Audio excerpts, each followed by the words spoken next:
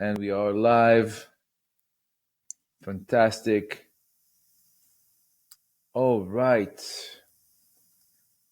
Ladies and gentlemen, welcome back to another captivating influencer mindset podcast. Today, we have a true gem in our midst, Yoel Halpern, the visionary behind Mishmar. For those who are unfamiliar, Mishmar is an extraordinary group that gather every Thursday night, attracting men from diverse backgrounds and communities who come together to experience the divine and embrace their Jewish heritage through the timeless wisdom of the Torah.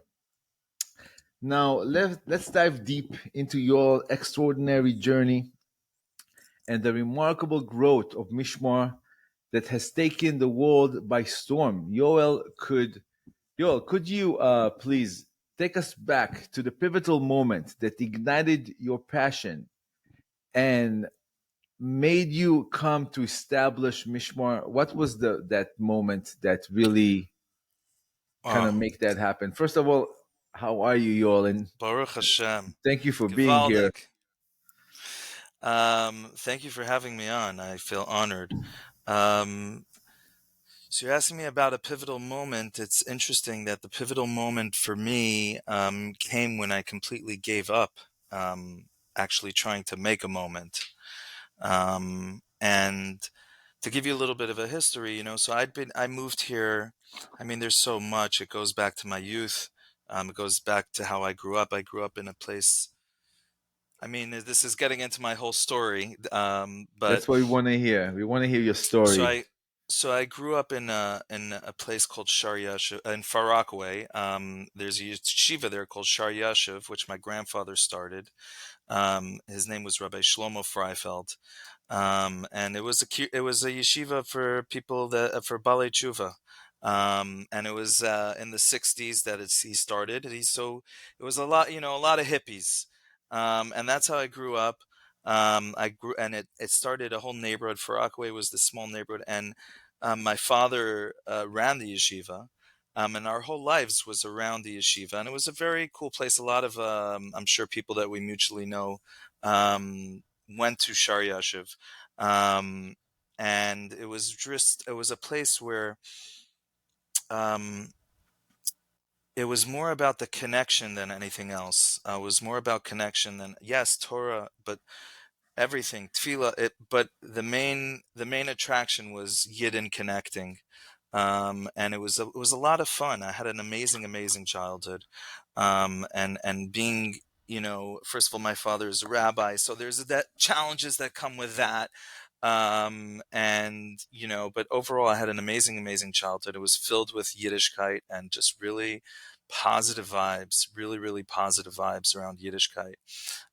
So moving to LA, where my lovely wife Sarah is from, it was a challenge for me because it was a really big culture shock. I grew up in I guess you can call it a more right-wing neighborhood, and 13 years ago, LA is a lot different than the just amazing, electrifying community we have right now.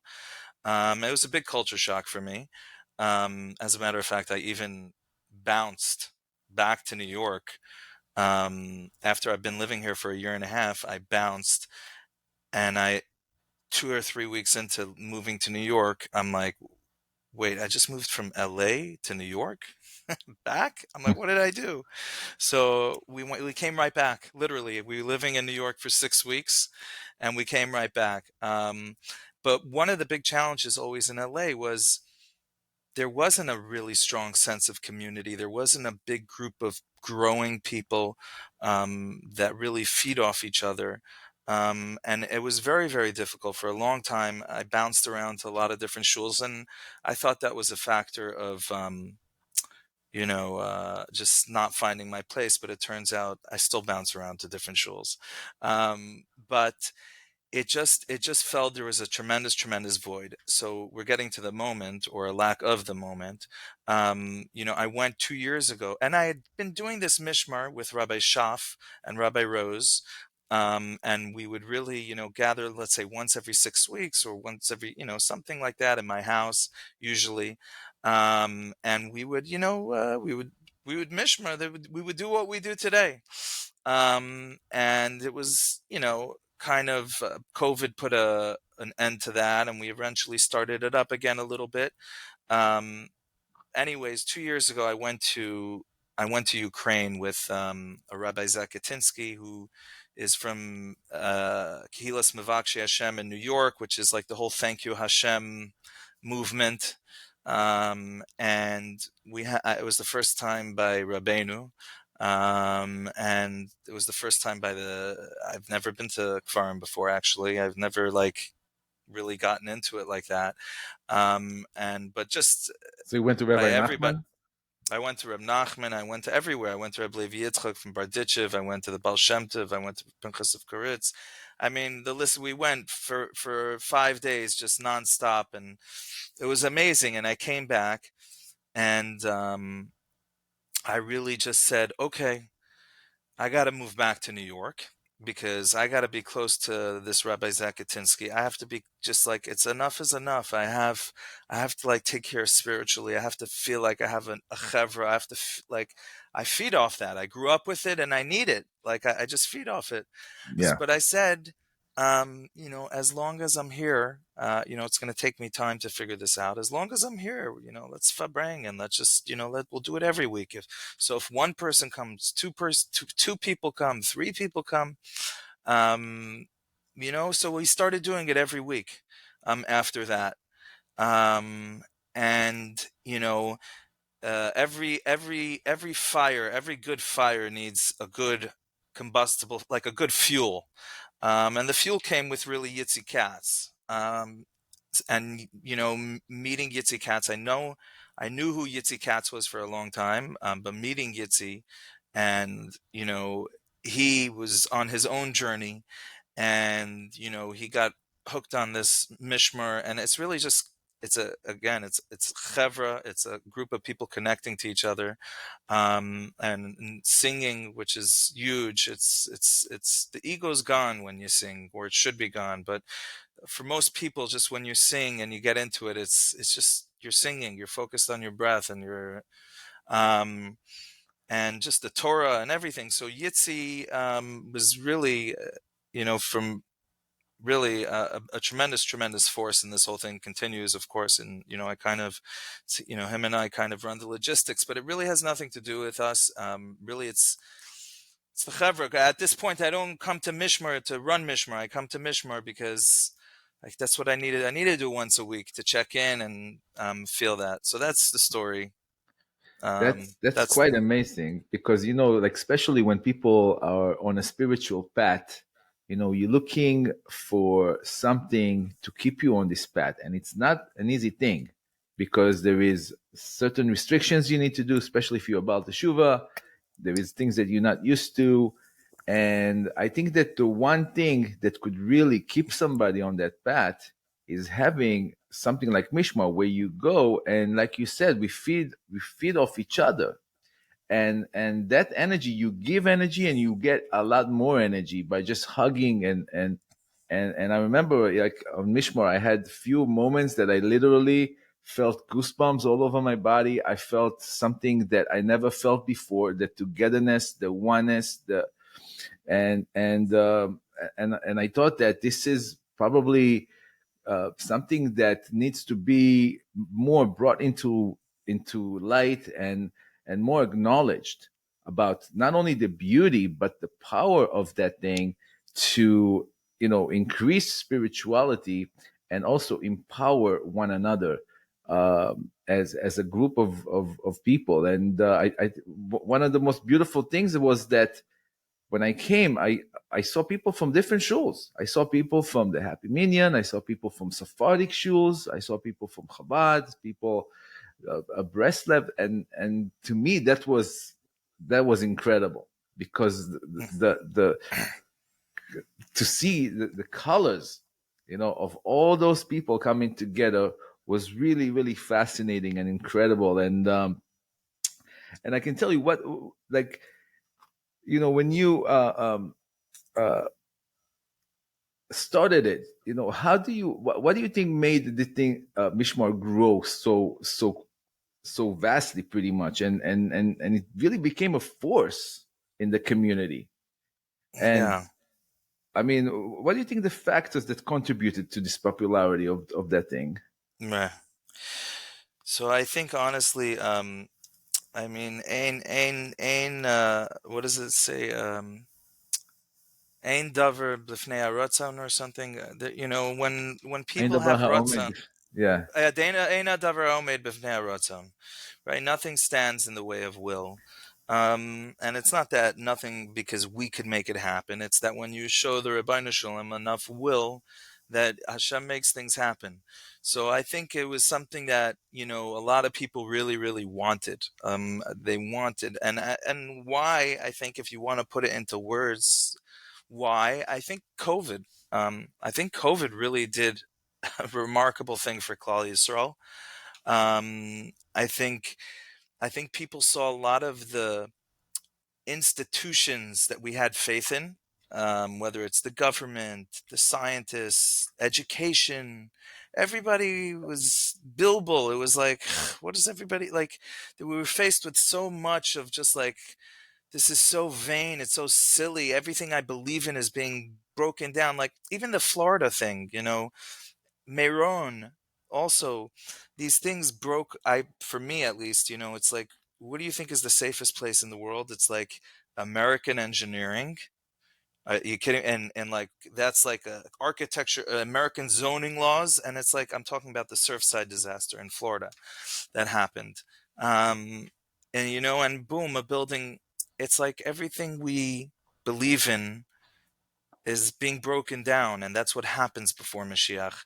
So now, when we're coming through on the other end of COVID, and people just want to attach themselves to something real, and break down the barriers of ego. You mentioned that a lot of different people show up, and I think people appreciate. There's certain little things that kind of little rules that I have almost for myself that I do it with intention. Like first of all, like the alcohol.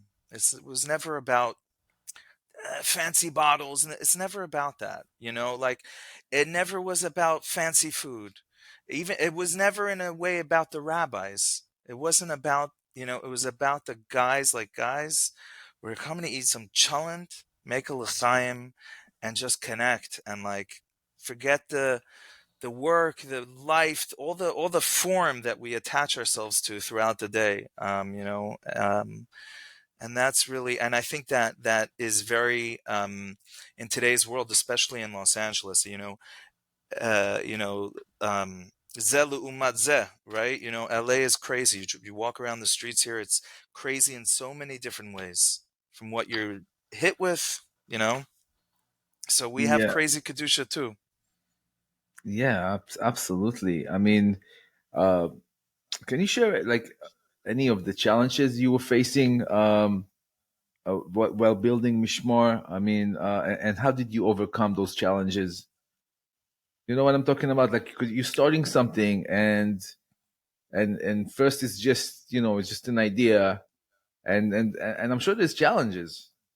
Yeah, yeah, I mean, I challenges. I think the biggest challenge is, for me, I very much accepted whatever it is, and I still accept whatever it is. I'm not trying to make it. I don't look at it as me. I just look at me as, I'm a facilitator. I shop at Smart and Final for it, and I start the Nagunim because you need to keep the Nagunim flowing. Yeah, so like you want to talk about challenges. A lot of times I just want to be at Mishmar. I don't want to lead Mishmar. I don't want to be the guy who's trying to think about the next niggin and who the next person who's going to speak. And, um, you know, I love to do it. I shouldn't say that, but I'm saying sometimes that to me is, at first it was shalai lishma. In other words, it was like, okay, you're getting covered. You're sitting up at the head of the table.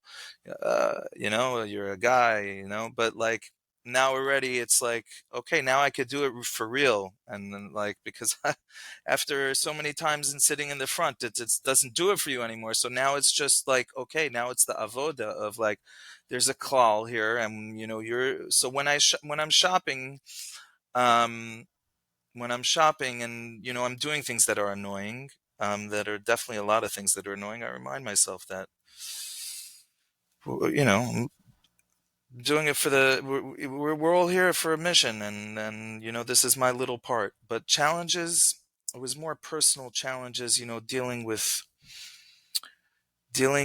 people telling you compliments. It's not easy to take compliments.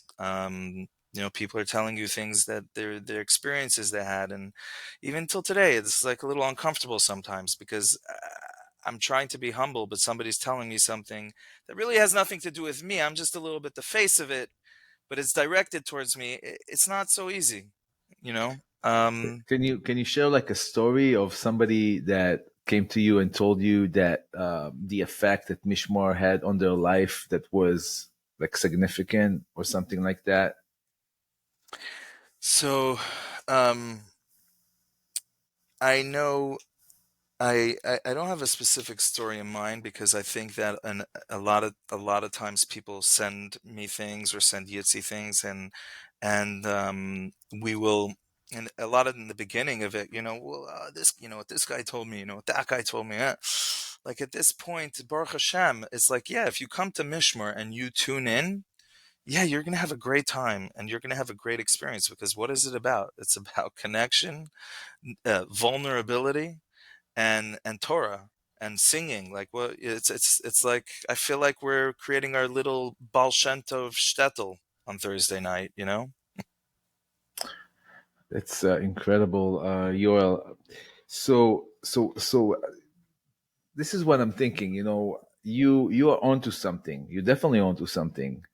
I think that this is something that it's really not only good for the individuals who actually participate. It's actually good for their families. It's good for their communities. It's good for the overall connecting to something that is higher than yourself, which is in our case godliness and Torah. So the benefits of just being a part of this and contributing in some level, because I see your flyers, it's like it's the flyer says bring something to share. So it's you give people opportunity to become a part of something, and that's the beautiful thing. So how do you see the future of Mishmar? I mean, where you taking it from here? um I don't know. I If I think about it in that way, then I'll probably get in trouble with myself, because I'm like everybody at this stage, in this stage of life. It's busy. It's not what I do 100%. So it would be hard to think of, you know, how do I think the future of Mishmar or whatever. I don't think I'm done doing. I want to continue doing and like growing. So we have so many things that we're missing in LA. And I think even just like there's like Muncie has this place, this amazing shul where people just are musicians are hanging out, and Hasidim, and you know um I don't know.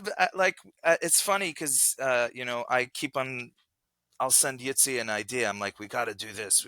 He's like, we're gonna take a pop up in Century City and have Mishmar in the mall, and like, we're gonna get Amazon to sponsor. Like literally, like it's one of the ideas. Is so. But it's. I think that if I when any moment that we started trying to make it official, um, that's when it became a lot to handle. Like there were moments where, we were looking at a space, and okay, and we can do program, and I'm sure we could do a lot of programming. We could do a lot of amazing things, if we put our minds to it. And maybe one day we will. But it's definitely not now. And I'm trying to focus on bringing spirituality, or I not bringing spirituality. I try to focus on what I can do is I can help create a space where people are being spiritual and people are connecting. And that's what I could contribute at this point in my life. But there's ideas, I'm a dreamer. I'm a big dreamer, I can tell you that. Definitely. People are, I know it's, I mean, my friends, personally, a lot of my friends are leaving California. Some of them going back to Israel, some of them going to different states where it's more affordable to live. And, you know, having Mishmar, for example, in Israel, or having Mishmar in Nevada, Las Vegas right now. A lot Yeah. of people are going there, just like franchising this thing, like really like making it, there is a group of men in Israel. It's called, they're not religious. It's not Orthodox, religious, or spiritual, but it's just a group of men coming together. It's called Shomrei HaEsh. And they're just coming together, and they bring a case of beer, and people are just like you say, being vulnerable and just like holding each other. And in Israel, that thing, the guy started it in his house, and now there is pretty much in every city in Israel there is Shomrei HaEsh. And what he does, he takes individuals and he gives them a little training how to start their own groups, how to start their own groups of men, and bringing them together. So again, the benefits are huge, and it's not only the benefit for the people who participate; it's the benefits of their family, their children, their wives, their communities. The Yeah. overall the overall a country is benefiting from that, because you have more people that are literally elevating their being, and they are living more. And this is what life is all about. It's about living more. And I think that Mishmar has the potential to really become something that it's not just, yeah, I mean, here locally, we got it. We can still work on it. Like you said, it's so much room to grow, and there is tons of ideas. But how do we create, like, I mean, some kind of like a template almost that people could take and make that, in cities Right. like, you know, other cities, other countries, Las Vegas, Right. New York, Miami, Israel, and Israel has many cities, and New York has many cities, and and it could really be something that could uplift the whole nation, so to say, or at least the Israelite nation. Right. Um, yeah, I would, first of all, there have been quite a few mishmars that have taken place throughout the world, I would say. My cousin kind of started. They get together every Motzei Shabbos, Motzei Shabbat, in Israel, and they do Malava Malka, and that's kind of in the spirit of the Mishmar.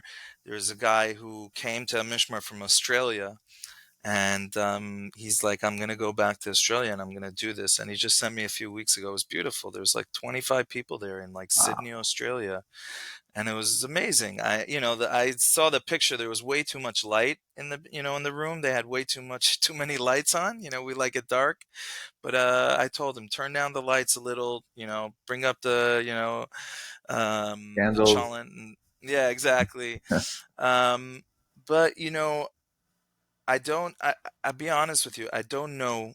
I don't know personally, like for my life, where it is. Like I don't know what I can do to take this on the road, so to speak. I think there's like, if you want to break it down on a practical level, like almost like if maybe there's somebody listening to this, and to break it Right. down as like what it takes.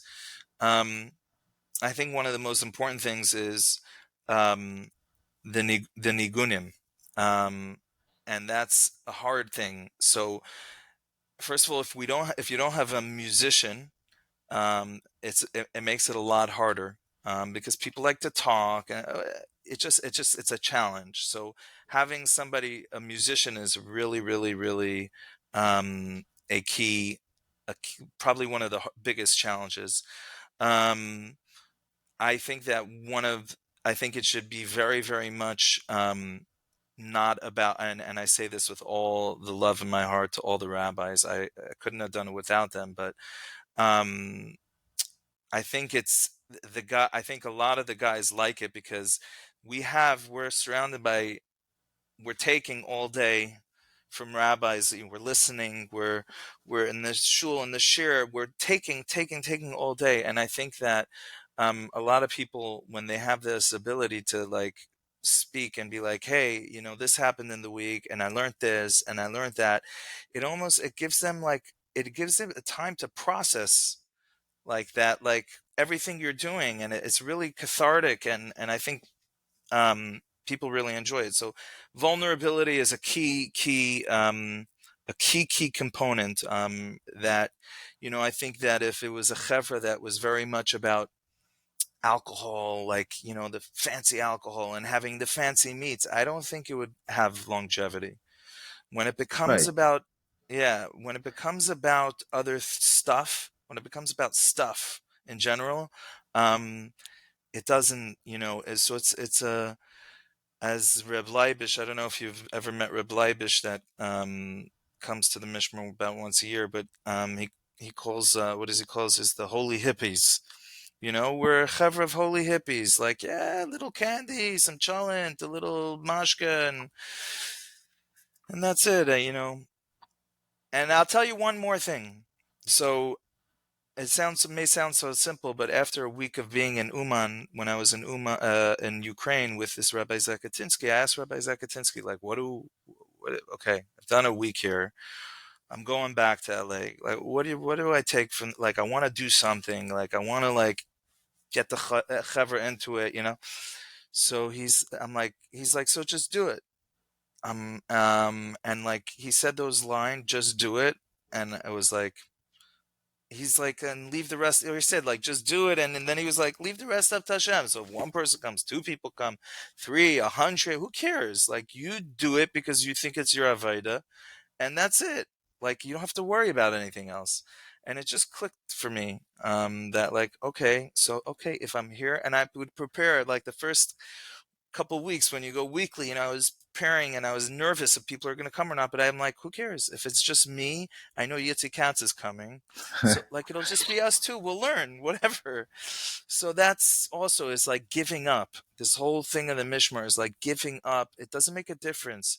Just have the Mishmar. If you have it every week, people will come, they'll check in. It may not be the best Mishmar ever, whatever. If you have like a Tamid, carbon Tamid, it's just like you talk about this other organization in Israel. It's like, okay, it's dependable. It's like I can go, I can check in, I can plug in, you know? That's amazing, man. I really wish that Mishmar will continue to grow, and I know that there is a lot of people that are contributing, and sometimes even opening their homes, like Moti. But do you have any specific people you wanna thank, or do you wanna also do like a call, like calling people saying, "This is what I want. This is what I need." Maybe you guys can help in that way. Yeah, sure, I can do that. I can definitely do that. Um, so first of all, thanking people. I feel even weird thanking Hashem. I mean, because like this is just an experience of Hashem, but we always have to thank Hashem. Um, and of course, my wife, who every Thursday night, like we used to have a whole Mishmar after party that was like, a little bit exclusive. I'm joking. It was just like the guys that would stick around, and we would literally, it was till like 3 in the morning, but like that, it's just too Wow. much. Um, but and then of course, Yitzi Katz has been he's been a tremendous force in my life, and of so much positivity, and I want to thank him for that. and thank everybody. I mean, I really don't. This is a whole chevra coming together and doing something together, and I thank everybody that come. And now, what I want from the Mishnah and what I would ask from people, I don't need any help.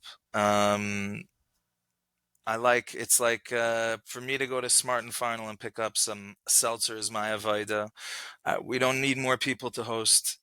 Um, I'll tell you what's would be amazing for me is if people, and this is a big ask, but if people put away their cell phones at Mishmar, that would be. Some people call this cell phone. Some people call it the Sitra Achra.